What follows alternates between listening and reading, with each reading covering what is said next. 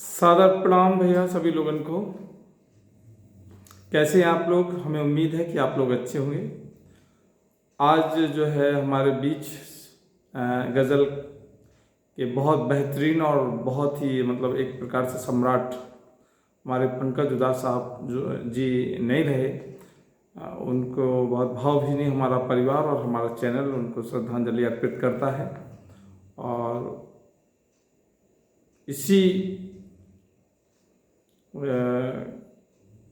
श्रद्धांजलि को अर्पित करते हुए दो शब्द हम अपने आप लोगों के बीच में रखना चाहते हैं। यह है कि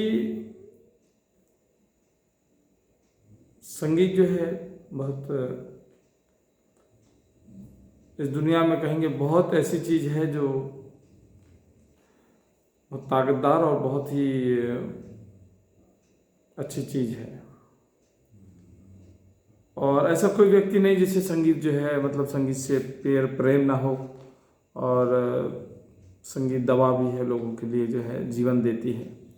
अच्छे अच्छे लोग संगीत को सुन के जो है ठीक हो गए हैं। थके हुए मन को संगीत ठीक करता है। तो हमारा छोटा सा दो बातें ये हैं भैया कि हमने जो आज थोड़ा सा निचोड़ निकाला है वही मैं आप लोगों के बीच में रखना चाह रहा हूँ कि पंकज उधास साहब की गज़लें बहुत गंभीर रहती थीं और रही हैं।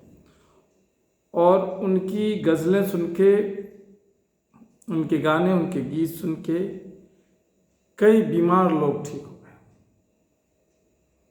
कई लोगों की मैंने उसमें पढ़ा के उनके उसमें तो कई कैंसर रोगियों को भी मतलब आराम मिला है उनके ये सब सुनकर। उनके मन को बड़ी ठंडक पहुंचाई।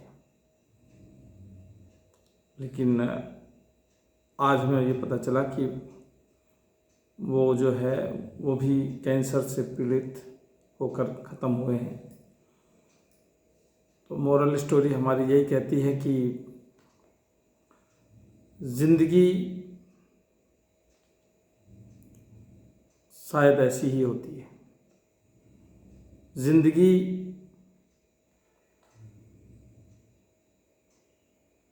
का अंत सभी लोगों का लगभग ऐसे ही होना है। और हम लोग जो है ये समझने की कोशिश नहीं करते। सब कुछ तब्दील हो जाता है। शुरू हो गया हमारी भी यात्रा। बाल सफ़ेद होने लगे, आँखों में जो है नीचे देखो ये तीसरे पायदान पे, 4 पायदान होते हैं जीवन के, तीसरे पायदान पे हमने कदम रख दिया। सभी को यहाँ पे कदम रखना है और सभी को यहाँ से गुजरना है। और अंत में जो है फिर वो कैंसर बहाना हो सकता है, टीबी बहाना हो सकता है, बहाने का बहाना हो सकता है, लेकिन अंत जो है लता मंगेशकर जी हमारी एक प्रकार से ये कह लें कि पूरे भारतवर्ष की जो है दीदी कह लें, दादी कह लें, कोकिला थी। उनके गाने एक लंबे सफ़र में आप सुने तन्हाई दूर कर देते हैं। तो यही है मेरे कहने का साथियों कि खुश रहने की कोशिश करो और जितना हो सके लोगों को कष्ट ना पहुँचे आपके द्वारा। और जैसे कि हम लोग जो है ओशो जी को जो है काफ़ी दिनों से फॉलो कर रहे हैं। लगभग जब हम 8th 9th में पढ़ते थे, 10th 11th में ओशो जी को हमने जो है पढ़ना शुरू किया था। और बहुत सारे लोग फॉलो करते हैं, कुछ चोरी से करते हैं, कुछ उजागर करते हैं। लेकिन ओशो जी की आँखों में और उनकी बातों में इतना नशा है कि अपने आप को कोई कितना भी बड़ा वो घमंड करता हो, लेकिन अगर उनको सुन लिया और उनकी आंखों में देख लिया तो फिर वो उन्हीं का हो जाता है।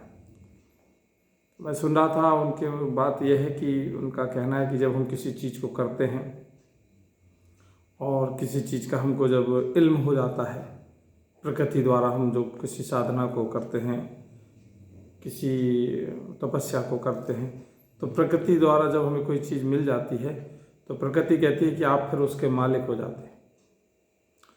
तो यहाँ पे हमारा ये कहना है कि बस थोड़ा सा छोटा सा काम ये करें कि जैसे सुबह उठते हैं आप लोग,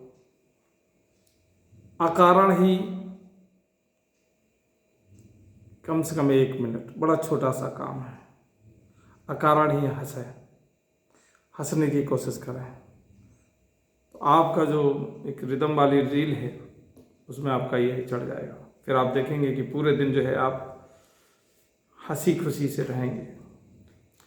इसलिए सुबह ऐसी कोई बात ना उखाड़ने की कोशिश करें जो रात को दब गई थी, और कोई ऐसी बात शुरू करें जिससे कि पूरा दिन मन जो है भारीपन रहे। कोशिश करें हंसे और हंसाएं। एक बात ये।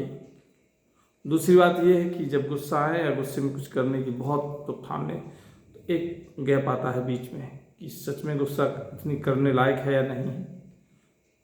तो वहाँ अगर मन से आप बात करने की, चलो रहने दो, हटाओ, फिर देखते हैं कोई, क्योंकि बाद में पछतावा होता है बहुत सारे लोगों को, अक्सर होता है।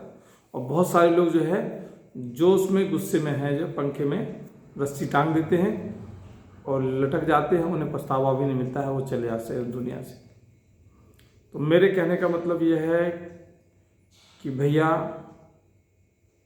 हम एक कमिटमेंट वैसा नहीं कर रहे, लेकिन संसार में जो आया है सो जाएगा, राजा रंग फकीर। ये रंगमंच के कर्तव्य कारनामे आप देख रहे हैं। मैं बार बार ये वीडियो को कहता हूँ, दोहराता हूँ, ये मुझे शौक नहीं है, लेकिन जो जिसके पास जो होता है वो देने की कोशिश करता है। मैं कोशिश यही करता हूँ या करना चाहता हूँ कि बड़ी गुस्सा बहुत हो रही है इंसान को, बहुत गुस्सैल हो रहा है दिन पे दिन, बहुत जिद्दी हो रहा है।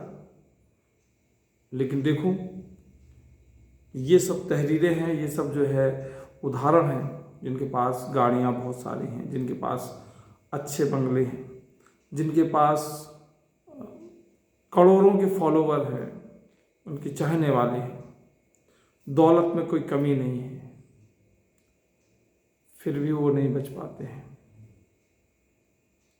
तो अंत भैया रोग है, किसी को भी कुछ हो सकता है, हम यहाँ बैठे किसी को कुछ हो सकता है, कुछ भी हो सकता है। इसलिए अगर थोड़ा सा अच्छा है और अच्छा करने की कोशिश करें, मेडिटेशन करें और हंसे हंसाएं लोगों को, है ना। ठीक है भैया, बहुत बड़ा वीडियो हो रहा है, इसके लिए जो है फिर हम बाद में बात करेंगे। और बस मेरा कारण यही है कि जो दुनिया को ठीक करने वाला वक्त का क्या चाल रहती है, वक्त का जलवा है, इंसान का जलवा नहीं है। वक्त जो है उन्हीं द्वारा था। अमिताभ बच्चन की जवानी की फिल्में देखिए आप, उन्होंने कितनी बढ़िया से, अब धीरे धीरे वो बुजुर्ग होते जा रहे हैं, अब उनकी फिल्में सेफ हो गई। तो जवानी का टाइम और था, उसी उन्होंने जो मेहनत करी, जो उनकी फिल्में चली, जिन फिल्मों से उनका नाम हुआ, आज वो बैठे बैठे खा रहे हैं। ये कहानी है जवानी, यही कहानी है जीवन की। जवानी में कमाइए, बुढ़ापे में खाइए, नाम कमाएं या दौलत कमाएं, और कोशिश करें कि किसी की इसमें जो है